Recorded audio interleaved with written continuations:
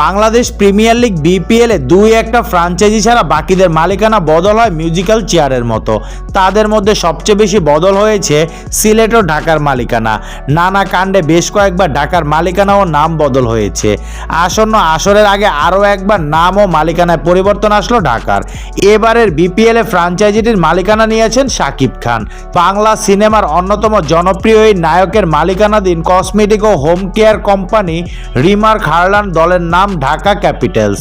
আজ সন্ধ্যায় গুলশানের রিমার্ক হারল্যান্ডের হেড অফিসে ঢাকা ক্যাপিটালসের মালিকানা হিসেবে ফ্রাঞ্চাইজিটির লোগো উন্মোচন করেন শাকিব খান। এই সময় আরও উপস্থিত ছিলেন প্রতিষ্ঠানটির এক্সিকিউটিভ ডিরেক্টর ইমন, ঢাকা ক্যাপিটালসের সিইও আতিক ফাহাদ সহ অনেকে।